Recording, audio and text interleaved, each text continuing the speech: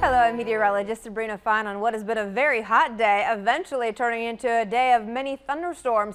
Right now we are looking at the moist air mass, so much so it's felt like the 80s today, although officially only coming in at 79 degrees.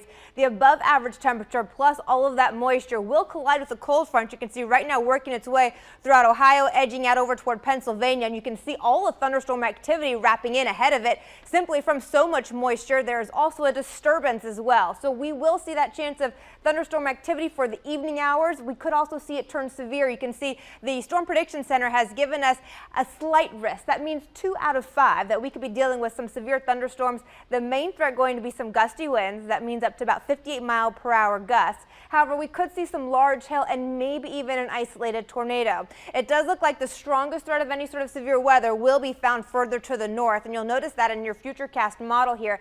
Pinpointing most of the late early evening hours is really just hanging in right around Westminster, even through Thurmont, whereas Annapolis is staying clear. Watch what happens though once we get closer to the midnight hour. Now we're looking at stronger storms popping up, I'd say near the Inner Harbor as well as out over toward Parkton.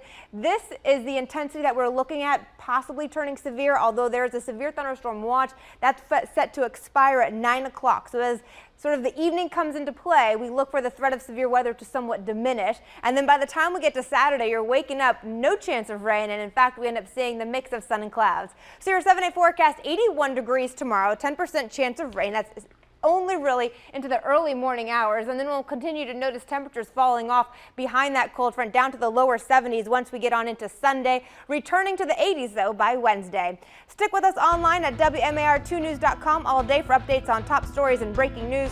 Also for news and weather while you're on the go, download the WMAR2 app in the App Store. You can watch live radar and get breaking news sent straight to your phone. Thanks for watching. I'm Sabrina Fine. This WMAR2 News Update is sponsored by Jones Junction.